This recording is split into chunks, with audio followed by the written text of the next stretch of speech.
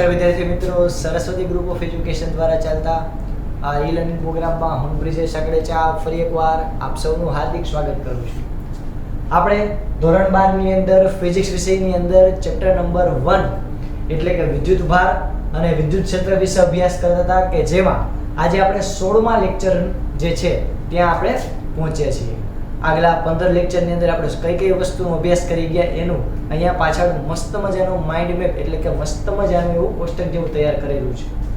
આપે પણ આપણી બુકની અંદર અત્યાર સુધીનું જે રિવિઝન છે ફટાફટ થઈ જાય એના માટે તમે આવી રીતે લખી શકો કે જેથી આપણે જ્યારે કોઈ પણ દાખલાઓ કે એમસીક્યુ સોલ્વ કરતા હોય તો ત્યારે આ આપણી સામે હોય તો આપણે ફટાફટ તે સોલ્વ કરી શકીએ.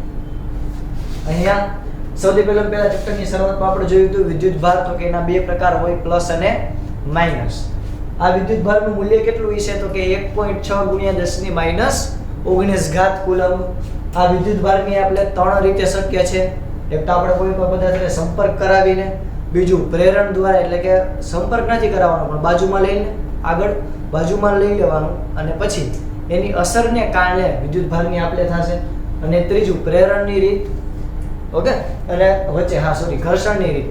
ઘર્ષણની રીત આપણે ખબર છે કે જ્યારે કોઈ પણ ઊનનું કાપડ હોય તો એની સાથે આપણે કાચનો સળિયો ઘસીએ તો એ વિદ્યુત ભારિત થાય, એ આપણે જોયું હતું. વિદ્યુત ભારના ગુણધર્મોની અંદર આપણે બહુ જ અગત્યનો ગુણધર્મો એ આપણે જોયું હતો કે વિદ્યુત ભારનું ક્વોન્ટમીકરણ એટલે કે જે વિદ્યુત ભારની આપલે થાય છે એ માત્ર પૂર્ણાંકમાં જ થાય, એટલે કે કોઈ 1 ઇલેક્ટ્રોન ગુમાવે કે 5 ઇલેક્ટ્રોન ગુમાવે, કોઈ 5.5 ઇલેક્ટ્રોન ન ગુમાવે. બરોબર.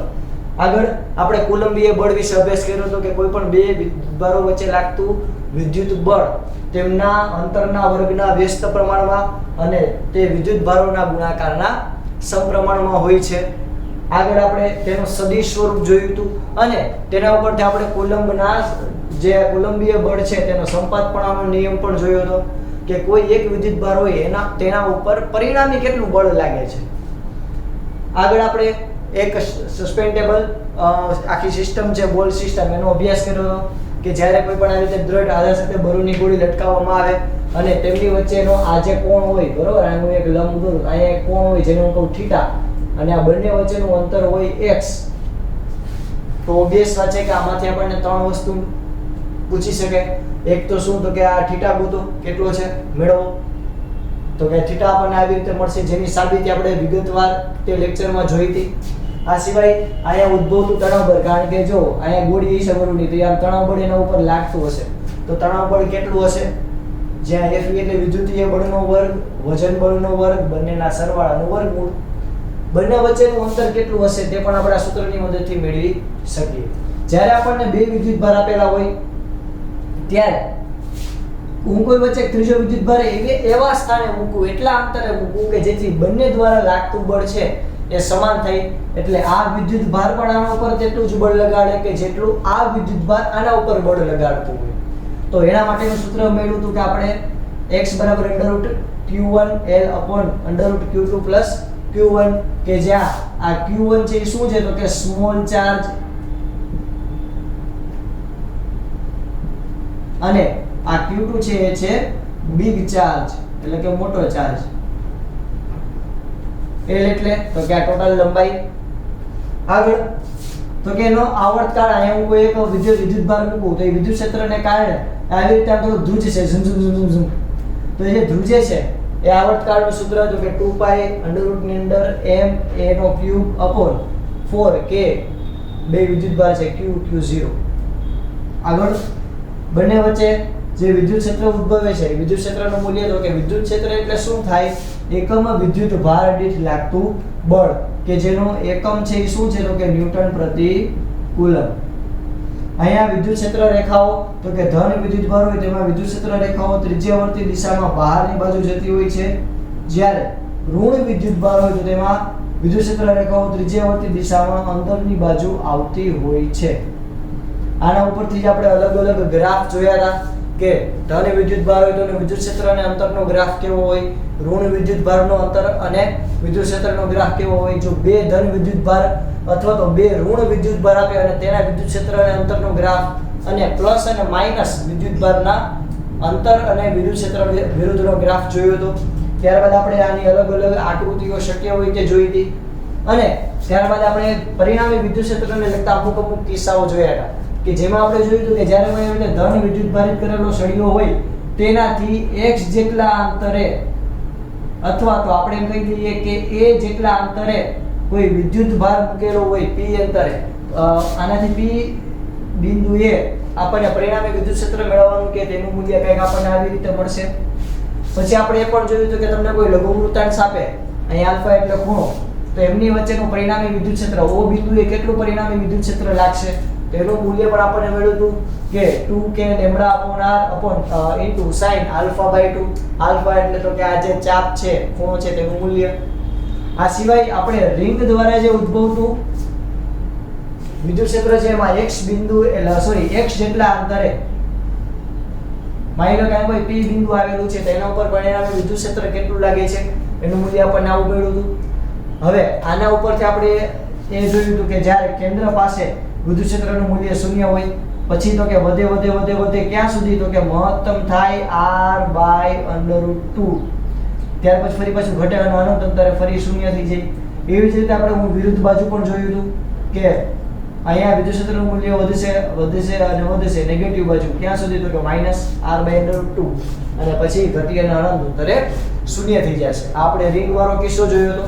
આ સિવાય આપણે એ પણ જોયું હતું કે જ્યારે કોઈ આવી રીતે એક બાજુ ધન વિદ્યુત ભાર અને બીજી બાજુ ઋણ વિદ્યુત ભાર હોય તેમની વચ્ચે એટલે કે આવા કોઈ તંત્રમાં વચ્ચે q જેટલો વિદ્યુત ભાર અંતર રાખવામાં આવે, માની લો કે આ -q વિદ્યુત ભાર છે તો એ ઓબ્વિયસ છે કારણ આકર્ષણ અનુભવ છે, તો એ ડિફ્લેક્ટ થયો તો ડિફ્લેક્શન એંગલ પૂછે, તેનું અંતર પૂછે અને એ માટેનો ટાઈમ પણ આપણને પૂછે. આ ત્રણેય વસ્તુના સૂત્ર આપણે તારવ્યા હતા જે આપણે યાદ રાખવા જરૂરી છે. આ સિવાય આપણે એ પણ જોયું હતું કે જ્યારે કોઈ આવી રીતે તંત્ર આપેલું હોય, ઉપર ધન વિદ્યુત ભાર નીચે ઋણ વિદ્યુત ભાર, અને એમાં આવી રીતે કોઈ પણ પ્રોટોનને મુક્ત કરાવવામાં આવે અથવા તો કોઈ ઇલેક્ટ્રોનને મુક્ત કરાવવામાં આવે, આપણે સ્વાધ્યાયનો દાખલો પણ જોયો હતો.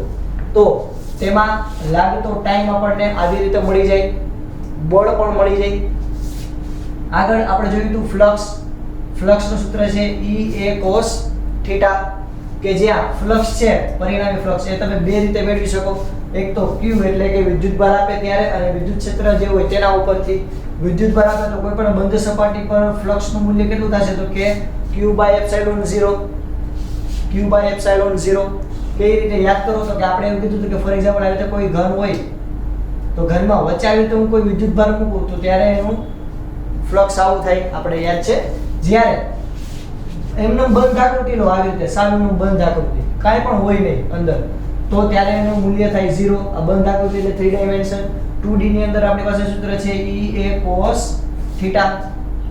આ સિવાય આપણને અમુક દરેક બાજુનું કે પછી બાજુનું કે આ સિવાય પર્ટિક્યુલર અમુક જગ્યાનું કે આવી રીતે કોઈ રેખાંકિત કરેલો ભાગ હોય એનું તમને ફ્લક્સ મેળવવાનું કે તો આવડી જાય. ફોર એક્ઝામ્પલ આ ઘન છે તો આ ઘનની કેટલી બાજુ હોય છે 6, તો દરેક સપાટી ઉપરનું તમને ફ્લક્સ કેટલું મળશે, તો કે q/6ε0. હવે માની લો કે તમને આવી રીતે કોઈ પદાર્થ ઘાટો કરીને આપ્યો કે આટલા ભાગનું ફ્લક્સ મેળવવું, તો આ સપાટી પર આ કેટલામો ભાગ છે, તો કે ચોથો ભાગ છે, કારણ કે આ 1 2 3 અને 4, તો આ સપાટીનો ચોથો ભાગ છે. તો હજી આના 4 ભાગ પાડવાના એટલે કે એના માટેનું સૂત્ર શું થાય, એટલે એના માટેનું ફ્લક્સ શું થાય, તો કે q/24ε0. આગળ આપણે ડાયપોલ જોયું હતું. ડાયપોલ કઈ રીતે રચાય, તો કે આપણને ખબર છે કે આ રીતે કોઈ ધન વિદ્યુત ભાર હોય અને ઋણ વિદ્યુત ભાર હોય તે ડાયપોલની રચના કરે. ડાયપોલની દિશા કઈ બાજુ હોય છે, તો કે માઈનસ થી પ્લસ બાજુ ડાયપોલની દિશા હશે. આમાં આપણે આ ડાયપોલથી કોઈ એના અક્ષ ઉપર કોઈ પણ એક અંતરે કોઈ p બિંદુ આવેલું હોય તો એના ઉપરનું આપણને કહી શકાય કે વિદ્યુત ક્ષેત્રનું મૂલ્ય E net નું મૂલ્ય આપણને કેટલું મળે, તો કે 2kp/x3. જ્યારે આ ડાયપોલ હોય, આ ડાયપોલની અક્ષનો આ મધ્ય બિંદુ હોય, ત્યાંથી કોઈ r અંતરે અથવા તો કોઈ x અંતરે કોઈ p બિંદુ આવેલો હોય ઉપર, તો એના માટેનું kp/x3 આવી રીતે મળી જાય. બરોબર. આ સિવાય ટોર્ક જોયું હતું. બળ યુગ્મ રચાય. ડાયપોલને જ્યારે વિદ્યુત ક્ષેત્રમાં મૂકવામાં આવે ત્યારે બળ યુગ્મ રચાય. લાસ્ટ લેક્ચરમાં જોયું હતું, દાખલીઓ પણ સોલ્વ કરેલી હતી. એ ટોર્કનું સૂત્ર છે P sin θ. અને લાસ્ટમાં આપણે સતત વિદ્યુતભાર વિતરણ એટલે કે રેખીય ઘનતા q/a જોયું હતું, પૃષ્ઠીય ઘનતા q/a અને વિદ્યુતભારની કદીય ઘનતા એટલે કે q/b જોયેલું હતું. બરોબર વિદ્યાર્થી મિત્રો, ચાલો આટલું પહેલા બધાને ક્લિયર થયું. આપણે આટલું આ ચેપ્ટરમાં અત્યાર સુધી જોયેલું છે. હજી આની વિગતવાર થોડીક વધારે માહિતી કહી શકે, પણ તેના આપણે થોડુંક બ્રીફમાં જઈએ છીએ. ઓકે વિદ્યાર્થી મિત્રો, ચલો પહેલા આટલું પહેલા ફટાફટ જોઈ લઈએ, આટલું લખી લઈએ, પછી આપણે આગળ વધીએ. ચાલો આપણે અમુક અલગ અલગ કિસ્સાઓ જોયા સચોટ વિદ્યુતભાર વિતરણના. તો અહીંયા એક કહી શકાય કે એક મસ્ત મજાનો આવું એક મેંદુ વડું જેવું એક આખી મસ્ત મજાની રિંગ છે. તમે જોઈ શકશો આજે મેંદુ વડા જેવી એક મસ્ત મજાની રિંગ.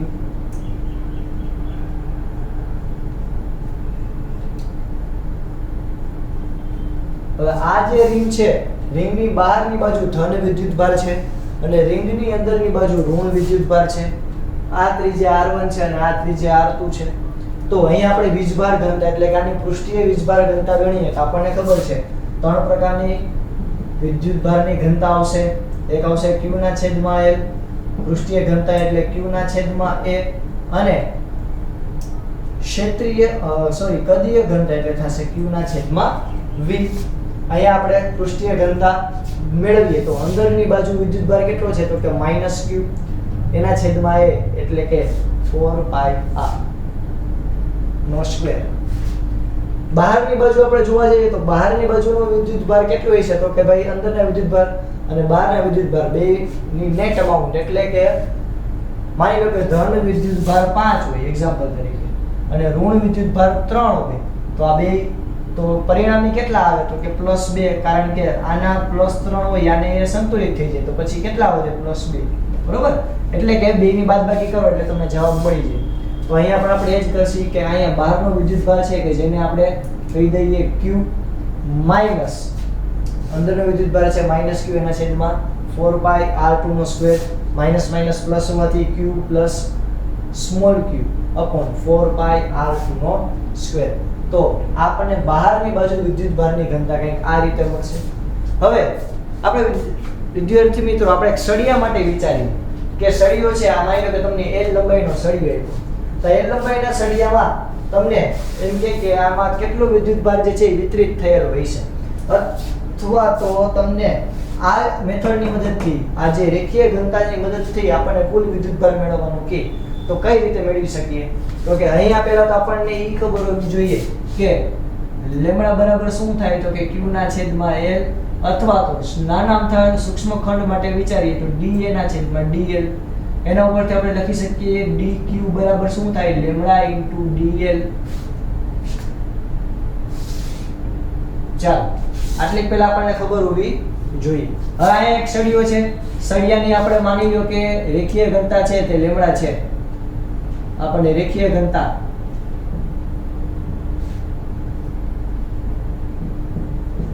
લેમ્ડા આપી છે તો ઓબિયસ વાત છે કે વિદ્યુતભારની જે રેખીય ઘનતા હોય તે અચળ હોય. તો અહીંયા આ જ આપણું ઉગમ બિંદુ એટલે હું કહી દઉં 0.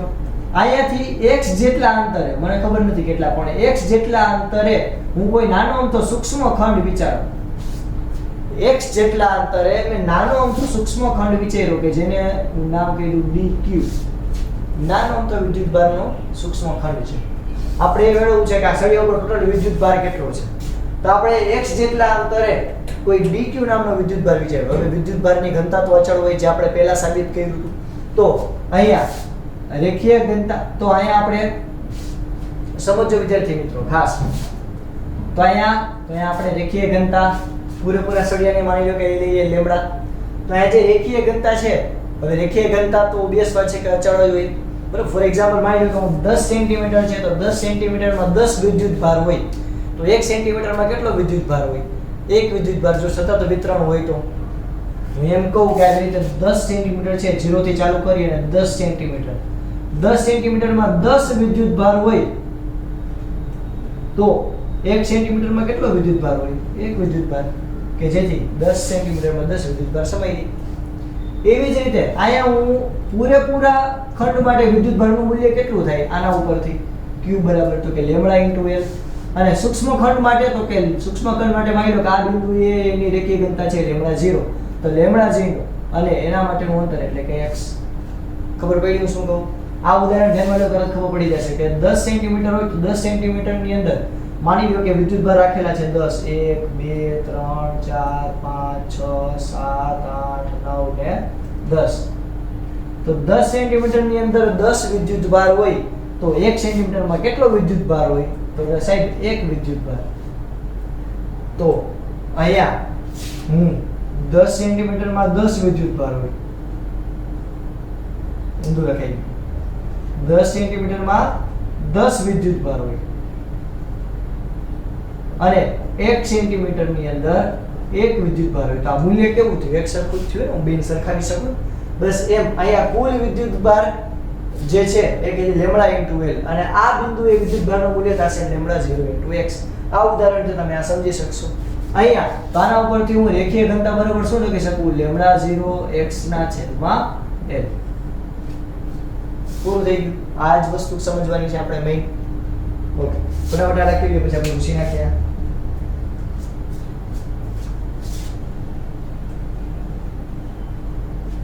તો આના ઉપરથી આપણે કુલ વિદ્યુતભારનું મૂલ્ય મેળવ્યું કેવી રીતે મળશે? તો કે સંકલન ઓફ dq. એટલે કે નાનો અમથો સૂક્ષ્મકણ છે, બધાય સૂક્ષ્મકણનો હું શું કરી નાખું? સરવાળો કરી નાખું તો મને કુલ વિદ્યુતભાર મળી જાય. Okay, dq.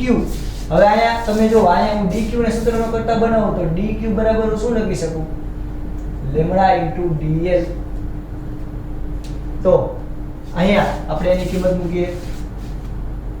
અહીંયા આપણે એની કિંમત મૂકીએ તો આપણે લખી શકીએ કે સંકલન ઓફ લેમ્ડા ઇન્ટુ dl. પણ અહીંયા આપણે dl લીધું છે ના x લીધું છે ને અંતર. અહીંયા આપણે x કરી નાખીએ કે જેથી તમે કન્ફ્યુઝ ન થાઓ.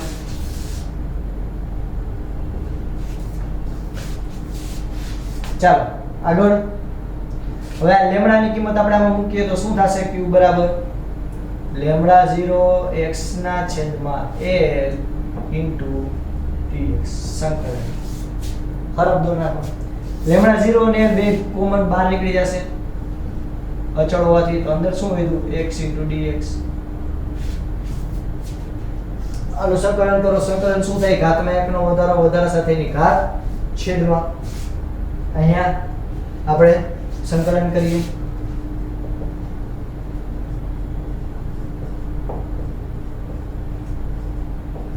ચાલો આમાં લિમિટ કેટલી આવશે? તો કે 0 થી આ l લંબાઈ છે એટલે 0 થી l સુધી, 0 થી l સુધીની લિમિટ છે.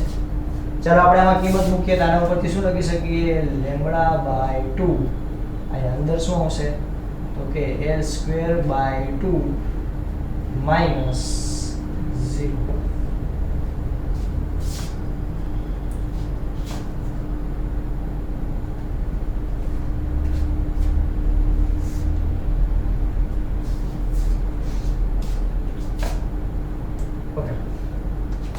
l 2 નથી.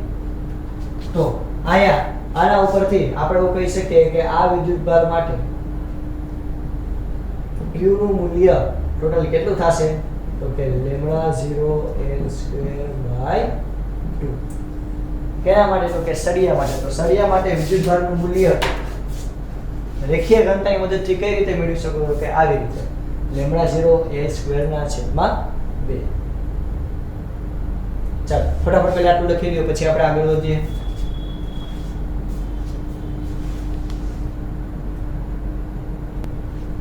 ચાલો આગળ વધીએ. તો અહીંયા આપણે હવે ડિસ્ક માટે ધ્યાનમાં લઈએ કે હવે ડિસ્ક કઈ એટલે કે ક્ષેત્રફળ આવ્યું તો આપણે આમાં તેનો કુલ વિદ્યુતભાર છે એ આપણે પૃષ્ઠીય ઘનતાની મદદથી કઈ રીતે મેળવી શકીએ જોઈએ આપણે. તો અહીંયા આપણે માની લઈએ કોઈ એક ડિસ્ક લઈએ. ઠળી ગયેલી ડિસ્ક છે. હવે આ જે ડિસ્ક છે એના કેન્દ્રથી r જેટલા અંતરે એટલે કે એની કુલ ત્રિજ્યા છે. હવે આ ડિસ્ક છે એના r જેટલા અંતરે આપણે કુલ વિદ્યુતભાર કેટલો પથરાયેલો છે આપણે જોવું છે. r જેટલા અંતરે સ્મોલ. તો અહીંયા કુલ વિદ્યુતભારનું મૂલ્ય કઈ રીતે મેળવી શકો? તો કે આપણો નિયમ શું? તો કે સિગ્મા ઇન્ટુ a એટલે કે સિગ્મા ઇન્ટુ r q બરાબર q0 હું લઉં આ બિંદુએ. કારણ કે રેખીય ઘનતા તો બધી સરખી હોય તો આખાની રેખીય ઘનતા અને કોઈ આ બિંદુનું જે આખું ચક્ર બને એની વિદ્યુતભારિત ઘનતા બંને સરખી હોય તો લેમ્ડા 0 ઇન્ટુ r. તો આના ઉપરથી આપણે સિગ્મા બરાબર શું લખી શકીએ? Lambda 0 r upon capital R. ચાલો આટલું પેલા ક્લિયર. આના ઉપરથી આપણે આગળ વધીએ તો અહીંયા આપણે કુલ વિદ્યુતભાર મેળવવાનો છે. એના માટેનું સૂત્ર શું કીધું? સંકલન ઓફ dq. ચાલો આના માટે આપણે શું લખી શકીએ? સંકલન ઓફ સિગ્મા ઇન્ટુ dA. એટલે dA એટલે ક્ષેત્રફળ છે એનું વિકલન છે. તો અહીંયા આપણે કિંમત મૂકીએ સંકલન ઓફ સિગ્મા એટલે તો કે સિગ્મા 0 r ના છેદમાં કેપિટલ R ઇન્ટુ dA. હવે dA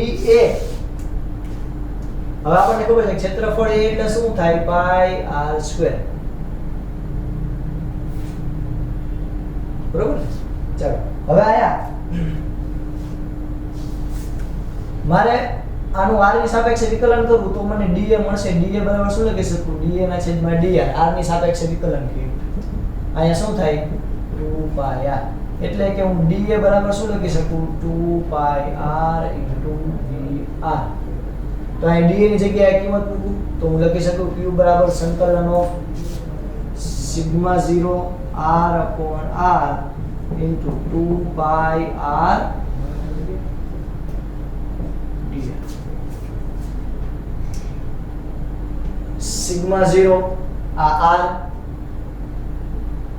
અને 2 પાઈ બધાને આપણે બહાર કાઢીને તો આપણને જે લાસ્ટમાં આવું મળશે q બરાબર સિગ્મા 0 ના છેદમાં એટલે કે સિગ્મા 0 ગુણ્યા 2 પાઈ પણ બહાર આવી જશે ના છેદમાં r સંકલન ઓફ અહીંયા માત્ર શું વધશે? r² dr. ઓકે સંકલન કેટલું કરવાનું છે? તો કે આ ઉગમ બિંદુ 0 થી શરૂઆત કરી અને r સુધીનો આપણે કુલ વિદ્યુતભાર મેળવવો છે.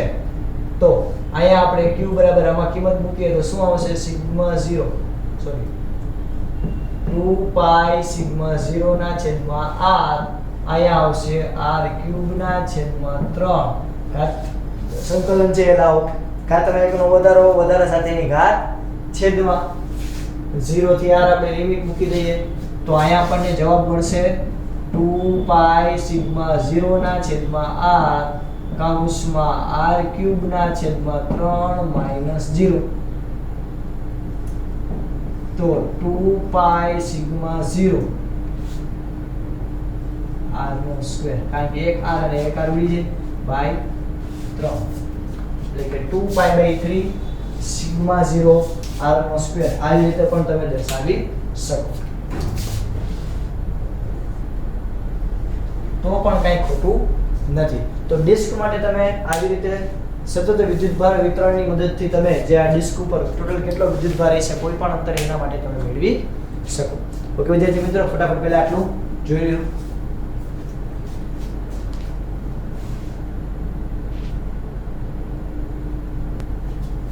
ચલો અહીંયા આપણે હજી એક દાખલો કરી નાખીએ.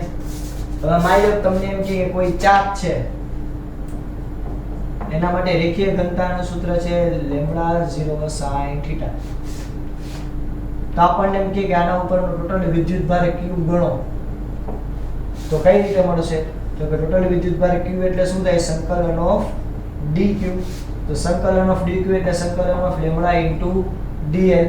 આ લેમ્ડા એટલે શું? એમ કીધું કે લેમ્ડા 0 sin θ dl. આપણે dl એટલે તો કે લંબાઈ થી તો આપણને ખબર છે કે ખૂણો બરાબર શું થાય? ચાપના છેદમાં ત્રિજ્યા એટલે કે l ના છેદમાં r. આયા મને dl આપેલો છે તો આના ઉપરથી હું r ના સૂત્રનો કરતા બનાવું તો r બરાબર શું થાય? l ના છેદમાં θ. પણ આપણે નાનો તો ખંડ ધ્યાનમાં લેવો છે એટલે આપણે લઈ લઈએ dl ના છેદમાં dθ બરાબર r.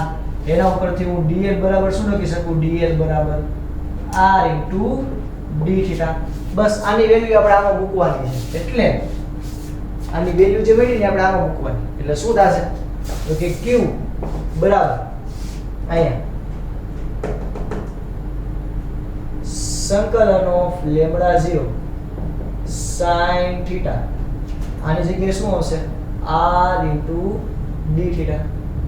ચાલો હવે આની અંદર લેમ્ડા 0 અને r બે ને બહાર કાઢી લઈએ. સંકલન ઓફ ક્યાંથી તો કે 0 થી પાઈ સુધી લઈ લઈએ. તો એના માટે sin θ નું શું કરવું પડશે? સંકલન. તો sin θ નું સંકલન થાય માઈનસ cos θ 0 થી પાઈ સુધી. ચાલ આપણે આમાં કિંમત મૂકીએ તો q બરાબર શું લખી શકું? સંકલન ઓફ 0 થી પાઈ cos પાઈ નું મૂલ્ય થાય 1 અને પછી cos નું મૂલ્ય છે -1 એટલે માઈનસ માઈનસ પ્લસ 1 એટલે કે q બરાબર 2 લેમ્ડા 0 r. આ સૂત્ર થશે. કેના માટે? તો કે આવી કોઈ ચાપ આપી હોય ને છોકરા, આવી કોઈ આમ ચાપ આપી હોય, આવી તો કોઈ અર્ધવર્તુળ એમાં તમને કોઈ પણ એક ચાપ આપેલી હોય,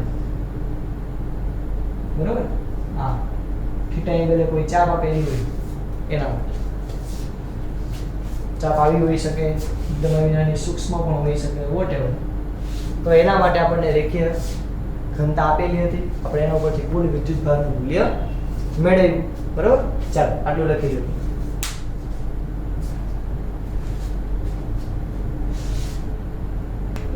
ચાલો હવે આપણે છે ને આપણે એક મસ્ત મજાના એક કિસ્સો જોઈએ. આપણે યાદ કરો કે બળ ને એવા જે 11th માં ચેપ્ટર ભણ્યા હતા એની અંદર આપણે અમુક t sin θ t cos θ તણાવ બળના અને લંબ બળ ને એના વિશે આપણે અભ્યાસ કર્યો હતો.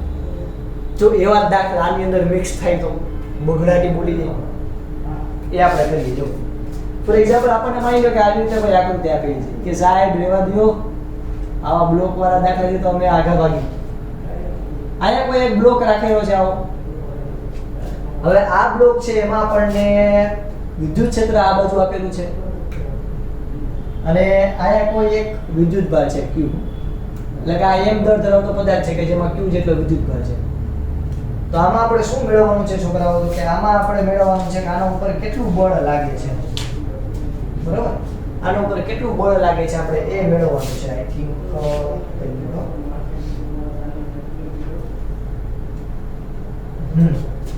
આના ઉપર કેટલું લંબ બળ લાગે છે એ મેળવવાનું છે અને થીટા એટલે કે tan થીટા ઉપરથી આપણે થીટા મેળવી શકશું, પણ આપણે અહીં માત્ર પેલા થીટા લખીએ કે થીટાનું મૂલ્ય કેટલું છે એ પણ આપણે કહેવાનું છે. કયો થીટા? તો કે આ લંબ બળ અને આ જે સપાટી છે એની વચ્ચે જે આપણું ખૂણો બને એ. તો સૌથી પહેલા અહીંયા ઓબીએસ પાસે આ સપાટી સાથે આ થાય લંબ બળ, તેની એકદમ વિરુદ્ધ દિશામાં પણ આ બાજુ નહીં, નીચેની બાજુ આ થાય આપણું માજી એટલે કે વજન બળ. આગળ અહીંયા આપણે બે ઘટક લઈ શકીએ, એક આ બાજુ અને એક આ બાજુ. તો આ બાજુનું જે ઘટક હશે ઉપરની બાજુનો ઘટક એને કહેવાય n cos θ, કારણ કે આટલો ખૂણો બનાવે છે થીટા જેટલો, આ થીટા જેટલો ખૂણો બનાવે છે આ બિંદુથી. તો આ હોય n sin θ, ઓલું છે n cos θ, કારણ કે ખૂણાની નજીકનું જે હોય ને એ cos θ હોય. ચાલો લંબ બળ આપણને આમ આપ્યું હતું તો એ આટલો ખૂણો બનાવે છે, તો આ નજીકનો ખૂણો થયો n cos θ અને આ થયો n sin θ. ચાલો હવે આના ઉપરથી આપણે પહેલા તો ઈ ખબર હોવી જોઈએ કે આ બાજુ બળ લાગશે. બળ કેટલું લાગશે? તો કે F બરાબર Q * E જેટલું. આગળ તો કે અહીંયા આપણે પહેલા તો tan θ લખીએ. તો tan θ બરાબર શું લખી શકું? tan θ બરાબર તો કે n sin θ એના છેદમાં n cos θ. Okay, n sin θ નું મૂલ્ય કેટલું છે? આ n sin θ નું મૂલ્ય કેટલું છે? તો કે જેટલું વજન બળ લાગે એટલું. આ n sin θ બરાબર Q * E. cos θ નું મૂલ્ય કેટલું છે? તો કે માજી જેટલું. તો આના ઉપરથી θ મને મળી જાય. θ બરાબર શું થાય? Q E / mg. પણ કેવું? તો કે tan ઇન્વર્સ.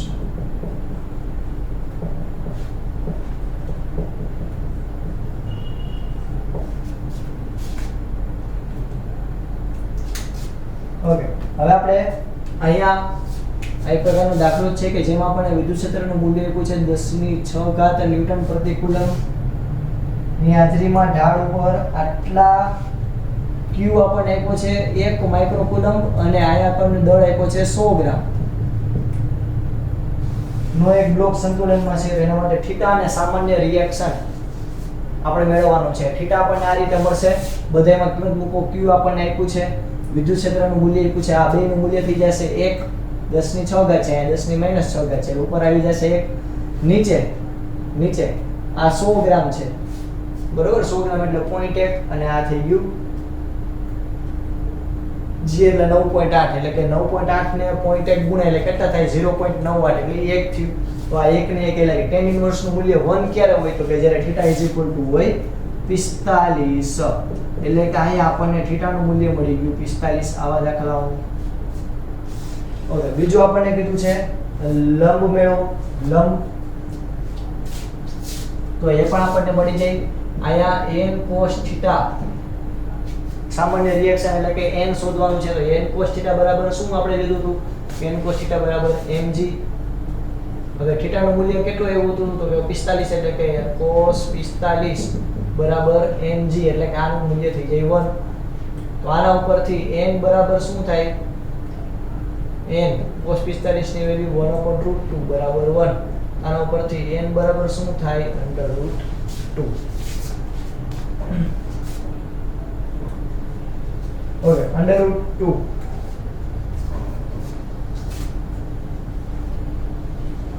ચાલો રેડી.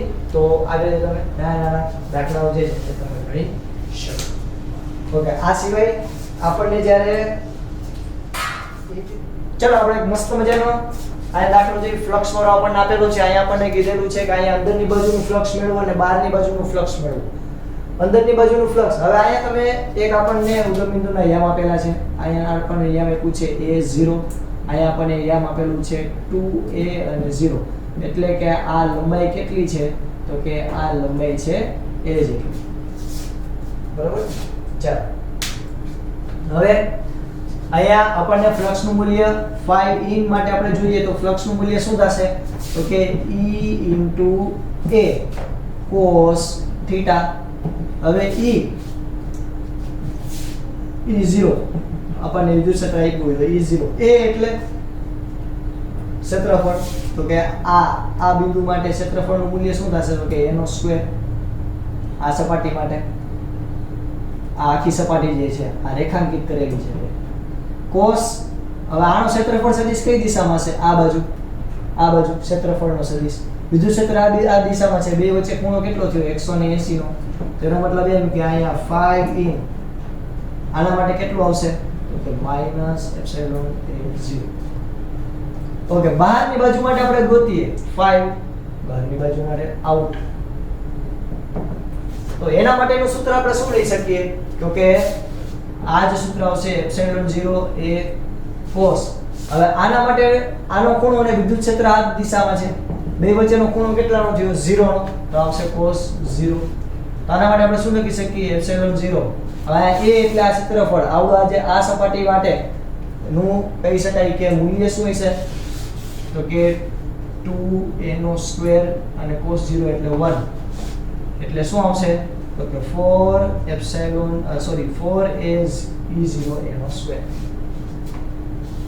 તો અહીંયા આપણને ટોટલ ફ્લક્સ phi કીધું હોય તો શું મળશે? phi in plus phi out. phi in કેટલું હતું તો કે -e0 a² plus 4e0 a².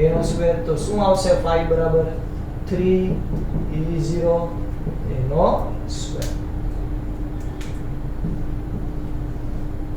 તો અહીંયા આપણને આવા દાખલાઓ માટે ફ્લક્સનું મૂલ્ય આટલું મળે. ઓકે વિદ્યાર્થી મિત્રો, ચાલો આપણે વિશિષ્ટ અલગ અલગ કિસ્સાઓ જોઈ લઈએ ફટાફટ, કે જેથી તમે MCQ માં પણ આ ફટાફટ સોલ્વ કરી શકો. સતત વિદ્યુત ભાર વિતરણ. તો અહીંયા માની લો કે કોઈ આવી રીતે કોઈ ગોળો હોય તો એ ત્રિજ્યા, તો એની અંદર જે રેખીય ઘનતા છે, રેખીય ઘનતા તમને એમ કે λ0 cos² θ હોય, અથવા તો એમ કે કોઈ આવી રીતે ગોળો છે એની રેખીય ઘનતા છે λ0 sin² θ હોય, તો આના ઉપરનો કુલ વિદ્યુત ભારનું મૂલ્ય થશે પાઈ a λ0. જો આ જ ગોળો હોય એ ત્રિજ્યા વાળો અને એમાં તમને જે રેખીય ઘનતા છે એનું મૂલ્ય આપી દે λ0 cos θ, અથવા તો લેમ્ડા 0 sin થીટા, તો એનો કુલ વિદ્યુત ભારનું મૂલ્ય થઈ જશે 0. આ કિસ્સો છે. એવી જ રીતે એક બીજો કિસ્સો આપણે ધ્યાનમાં લઈએ કે કોઈ એક અક્ષ સાથે થીટા જેટલો કોણ બનાવે એવી કોઈ એક અહીંયા ચાપ છે, બરોબર.